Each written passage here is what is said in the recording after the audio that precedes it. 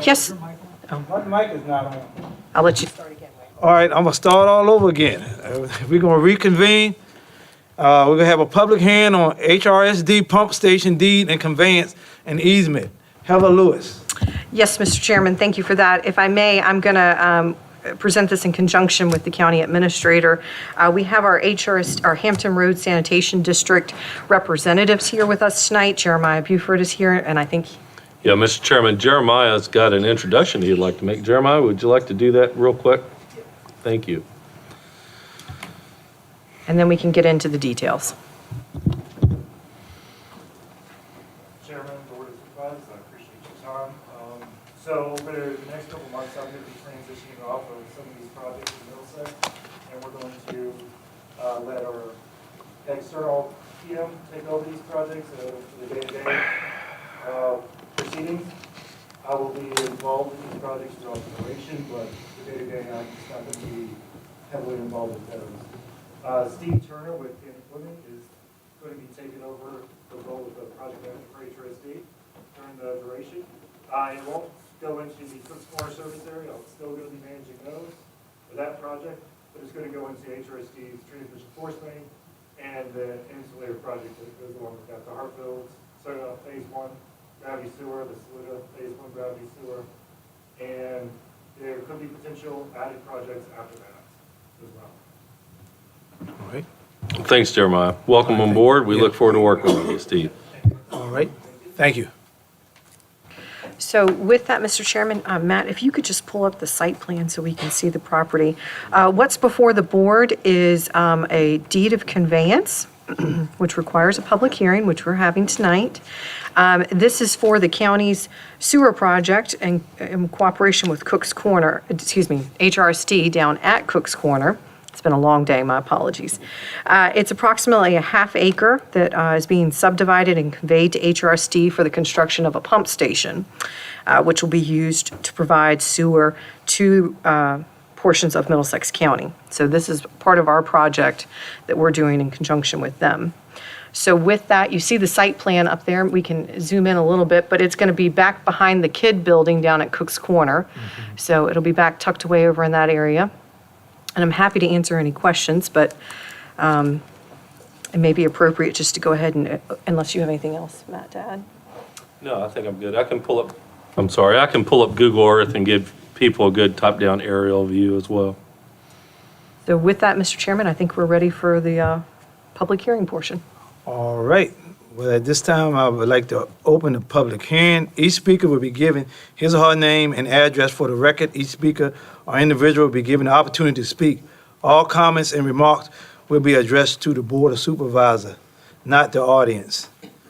At this time, I'm opening the public hearing about the HRSD pump station conveyance and easements. Do we have anyone that would like to address the board? Going once, going twice, gone. I'd like to close it and then open it up to the board for their, any information that you would like to say. Don't forget to turn your mic on. Yeah, show me on Google the area that you're talking about. Absolutely. It's loading up right now. You know, he was sad he hadn't had a chance to do Google Earth yet, so thank you, Mr. Mansfield, for that request. You on. Your check's in the mail, Pete. Yeah. All right.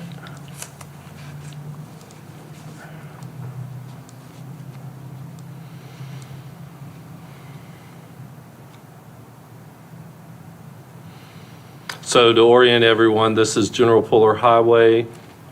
That's the health department. This is the old RCE cafetorium, as we call it. That's the KID building.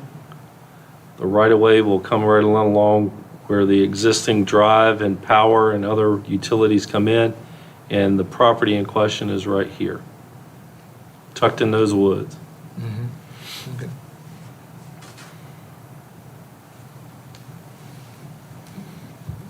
So there is a resolution in the board's packet. It's on page 87. If it's the will of the board, you could adopt the resolution, and that authorizes the chairman to sign the appropriate legal documents conveying the property. All right. It's a lot Yes, easier. Mr. Chair, I would like to make the motion that we accept this as drawn and convey the property to HRSD. All right, we have a motion by Pete Mansfield. Do we have a second? Second. Motion by Pete Mansfield and probably second by Lloyd Kimball. Any more discussion? If not, roll call. Mr. Kimbrough, Aye. Mr. Williams, Aye. Mr. Mansfield, Aye.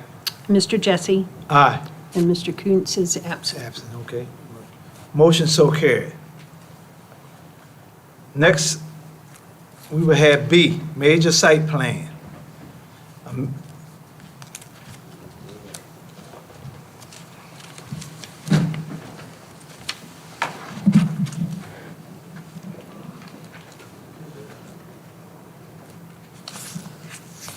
Yes, sir.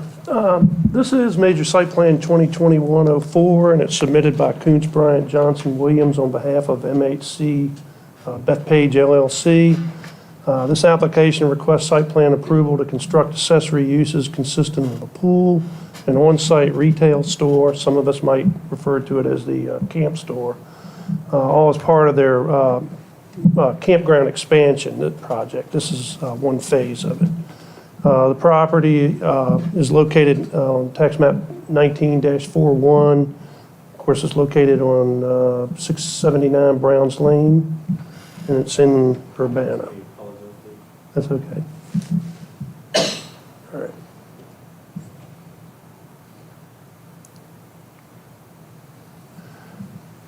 These are the site statistics. I'm not going to go through all of these, but we can see it. The zoning is waterfront commercial, and as the board may remember, those are subject to proffers. Future land use now correlates with that, which is also waterfront commercial.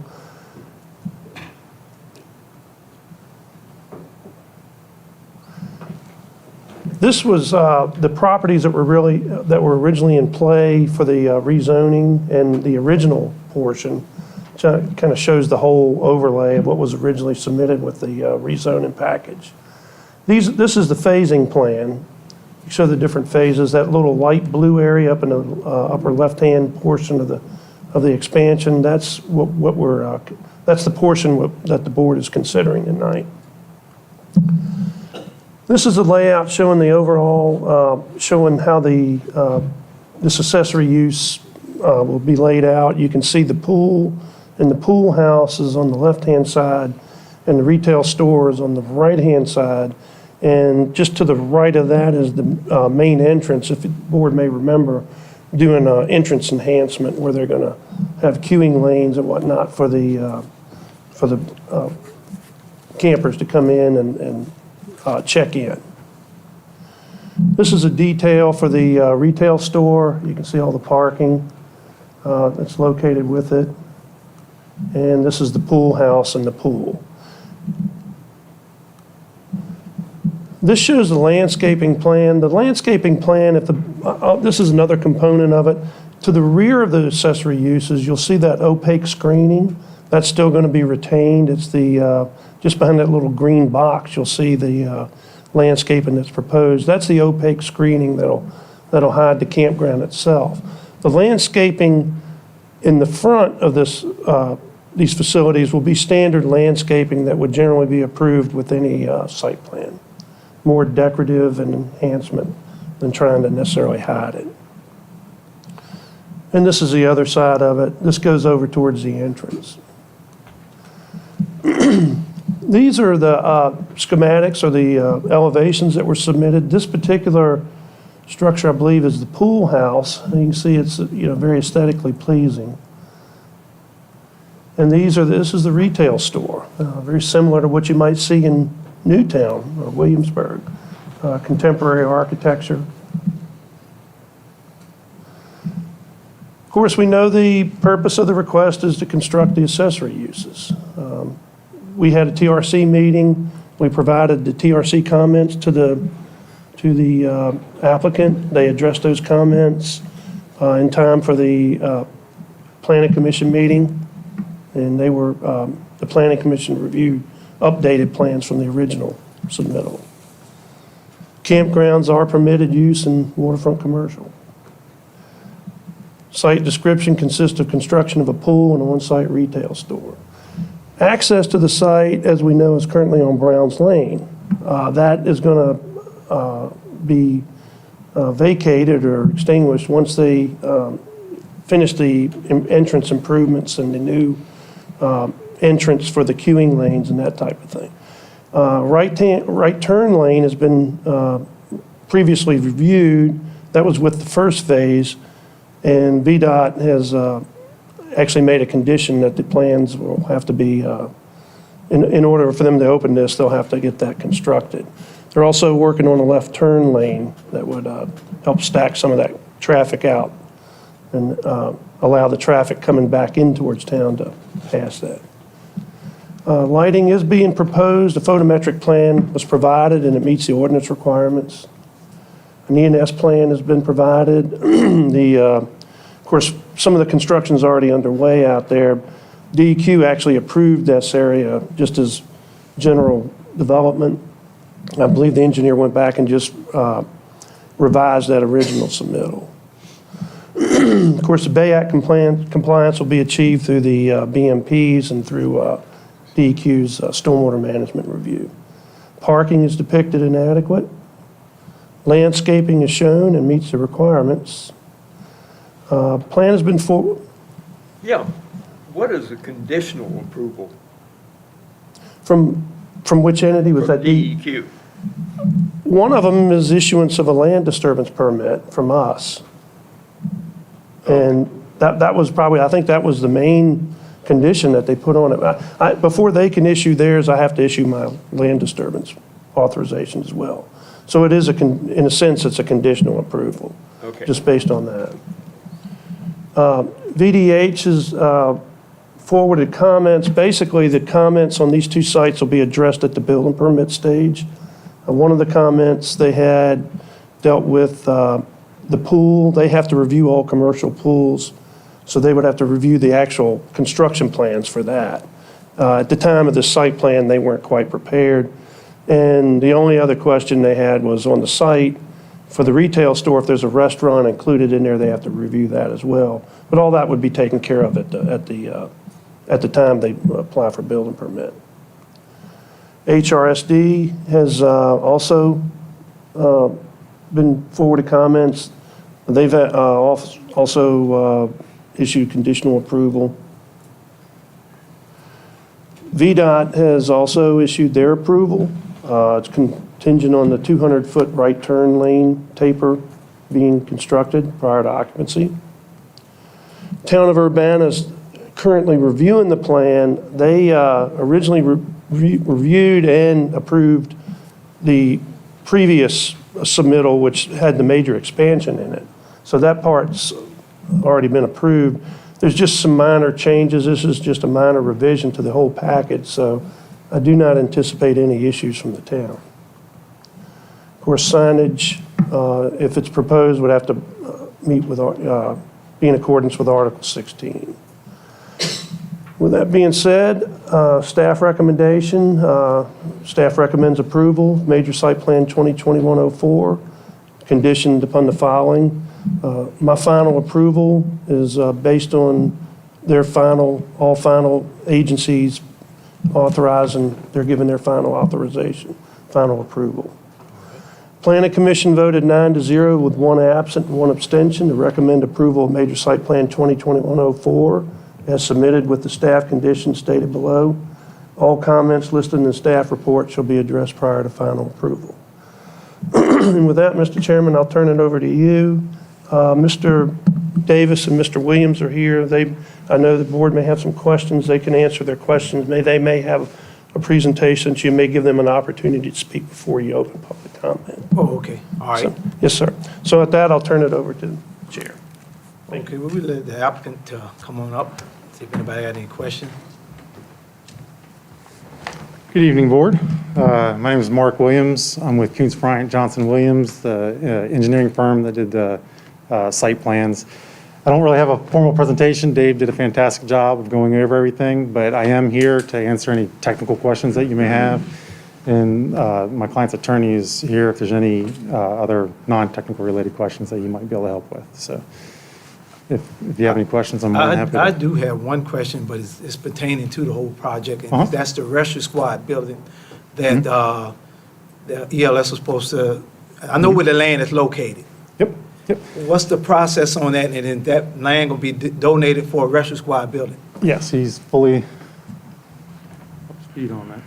Good evening, Mr. Chairman and members of the board. I'm Greg Davis, attorney for Equity Lifestyle System, Bethpage Camp. Yes, sir. We've been working closely with Chief Jordan of the Rescue Squad. We've identified the piece of land, as you mentioned. It was important to both parties to have an agreement. The piece that's being donated is part of a larger parcel, so we had to agree on what part.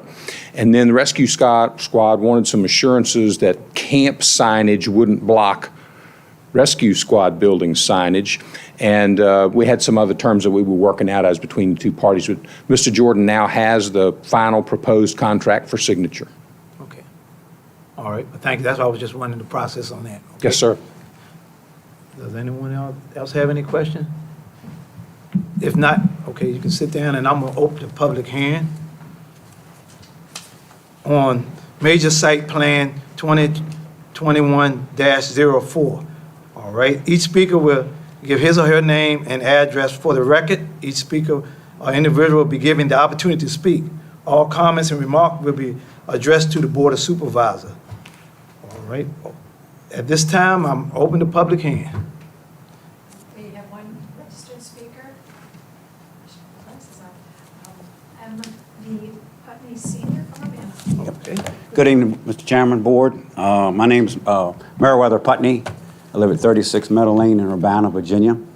I currently have a residence across from this proposed site. I have two small concerns.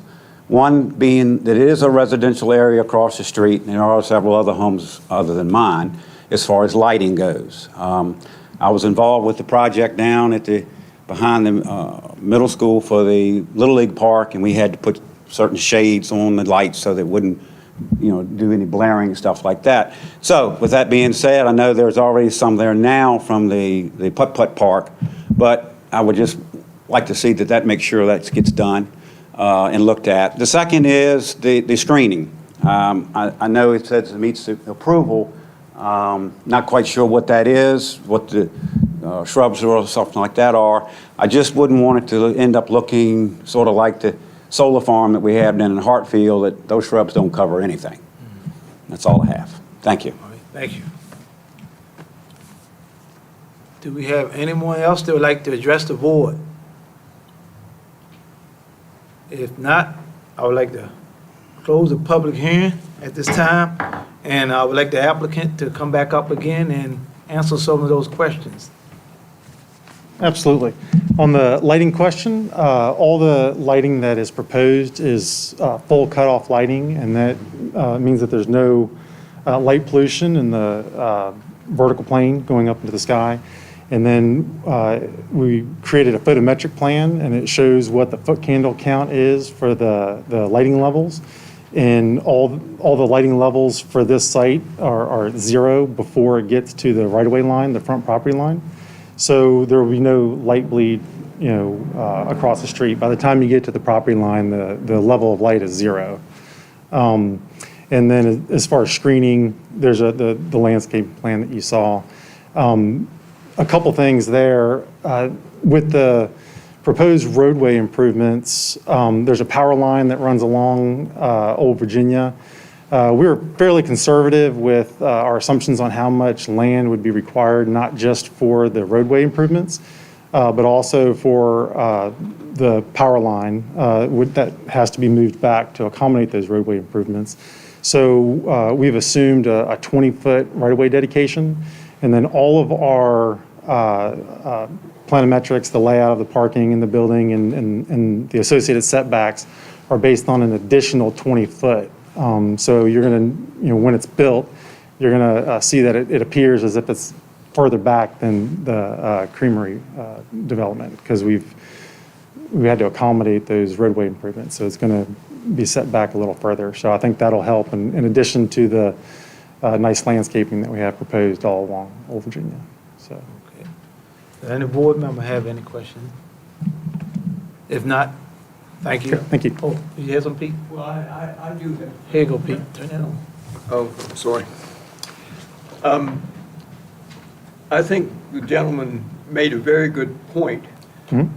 We want some assurance that there will be screening and not screening in 2028, you know. Sure, We're yeah. talking about within a year after you put it in. How can you assure us that it will not end up like the solar farm, which, by the way, is 4 or 5 years old now, and it doesn't even begin to screen the solar. And we saw a drawing absolutely as good as what you're showing. Sure, yeah. Well, a couple things. The caliper of the tree that's specified on our plans is, I would imagine, a larger caliper than maybe what the solar farm proposed. I don't know. So that's at the time of planting, so they're more mature trees, because that's something that ELS, that our client, is very concerned with as well. They don't like it when you develop a site and initially you have the Charlie Brown tree that's planted and it takes a while for it to grow up. So that's something that they're very concerned with as well, and they want to make sure that the trees that get planted initially are fairly mature. So I do believe that you're probably going to notice the caliper of the vegetation and trees that initially get planted are a little beefier than normal. Number one. Number two, the site actually, the grades that we have proposed actually goes down into the site. There are several feet of fall coming down to the site. So that's going to give you kind of a natural look of screening as well. And the road's going to be sitting up higher. So it's going to kind of hide the site a little even further. So. Can I add to that, Mark? Sure. Well, Mr. Mansfield, the landscape plan that was prepared at the zoning stage was incredibly detailed with an independent landscape architect. And there were drawings, part of the proffers on this case, so that if the county felt in the future that the plantings were not surviving, had not been planted to the proper caliper, and the desired buffering were not being achieved, that'd be a zoning violation, which the county could enforce against my client. Very good, sir. Thank you. All right, well, thank you for that information. All right, so, board, don't have any, no more questions? All right, do we have a motion to approve the major site plan 2021-04? Yes, I would like to. We have a motion by Pete Mansfield, do we have a second? I'll second. We have a motion by Pete Mansfield, second by Lloyd Kimball. Any more discussion? If not, roll call. Mr. Williams? Aye. Mr. Mansfield? Mr. Kimbrough? Aye. Mr. Jesse? Aye, motion so carried. All right, last item on our agenda would be the public comment. You can ask the Board of Supervisors any question you want now. But being serious, we have, each speaker will be given his name and address for the record. Each speaker or individual will be given the opportunity to speak. And all comments and remarks will be addressed to the Board of Supervisors and not the audience. At this time, I would like to open the public comment period.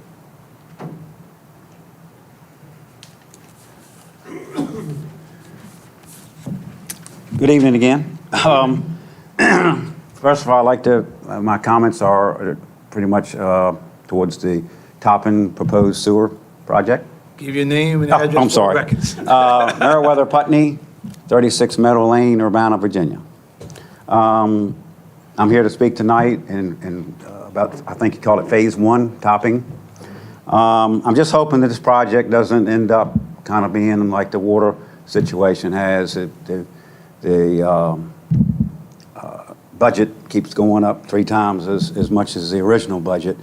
I have a couple questions. One question is, and I know it's probably a little early in your figuring, is what is the estimated cost going to be to the taxpayers for that additional pipe from the 2-mile point that I know HRSD is going to do down to the campground and the pump station and the piece of property that you guys are looking to, or the board is looking to give out for that pump station. And how's that going to be funded? Is that going to be grants, or is that going to be done through subscribers like the water part? Question number 2 is, what's the cost of the top and sewer pipe and the pump station to the county taxpayers, and how is that going to be funded? And what is the overall benefit? I know it's going down to the campground. Will individuals along that line be able to hook in? I know it's a forced main, not a vacuum, so there's going to be quite a bit of cost to the individuals to hook up. Is that going to be an option, or is it just going to be pretty much to the campground and maybe some stuff around at the airport? Question number 3 is, I know at this point, is the county thinking about, or in the near future, mandating that the county residents hook up to the water system and or the sewer system, because it runs, somewhere in their general facility across their property? Are they going to mandate in the future? I mean, do you have any idea whether they're going to mandate to hook up for that? Other than that, that's what I have. And Mr. Chairman, I can email these questions to you if you'd like later, so you'd have them. Right. So- The county will have, yeah, you can do that too in there. Oh, well, I The can county will have send it to- on the records and the minutes. Yeah, okay. And we'll get those answers for you. Okay, thank you. Thank Thank you you. very much for your time.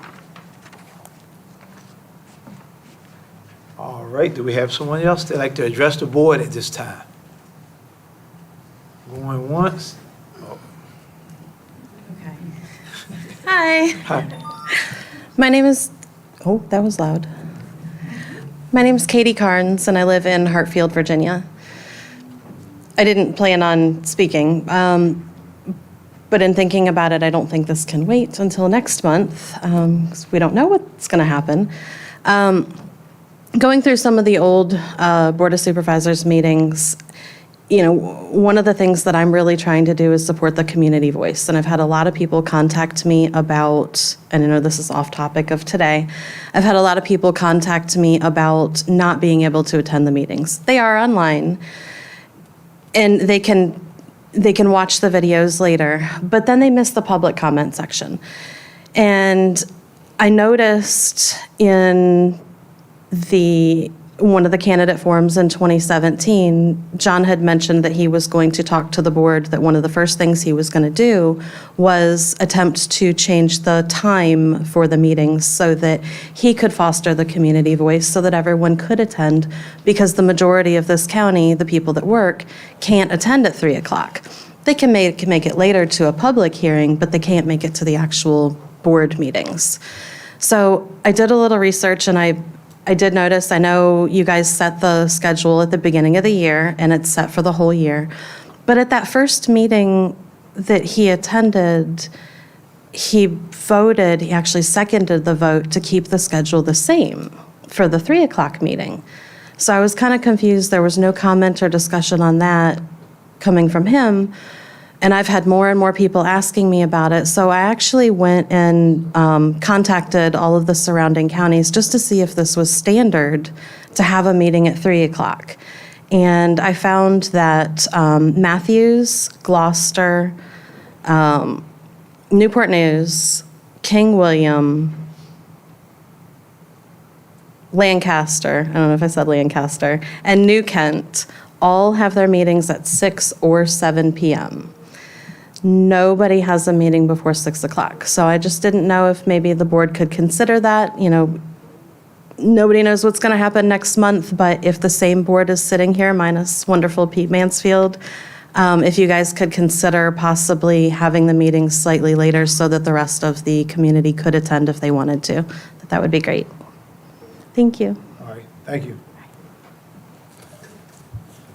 Do we have anyone else to address the board? If not, I'd like to close the public comment period. And at this time, do we have a motion to adjourn? So moved. We have a motion by Reginald Williams. Do we have a second? Second? Second by Lud Kimball. Motion and properly second. Roll call. Mr. Mansfield? Aye. Mr. Kimbrough? Aye. Mr. Williams? Aye. And Mr. Jesse? Aye. Motion so carried. Everybody have a good night. Thank you. Thank you. Hello?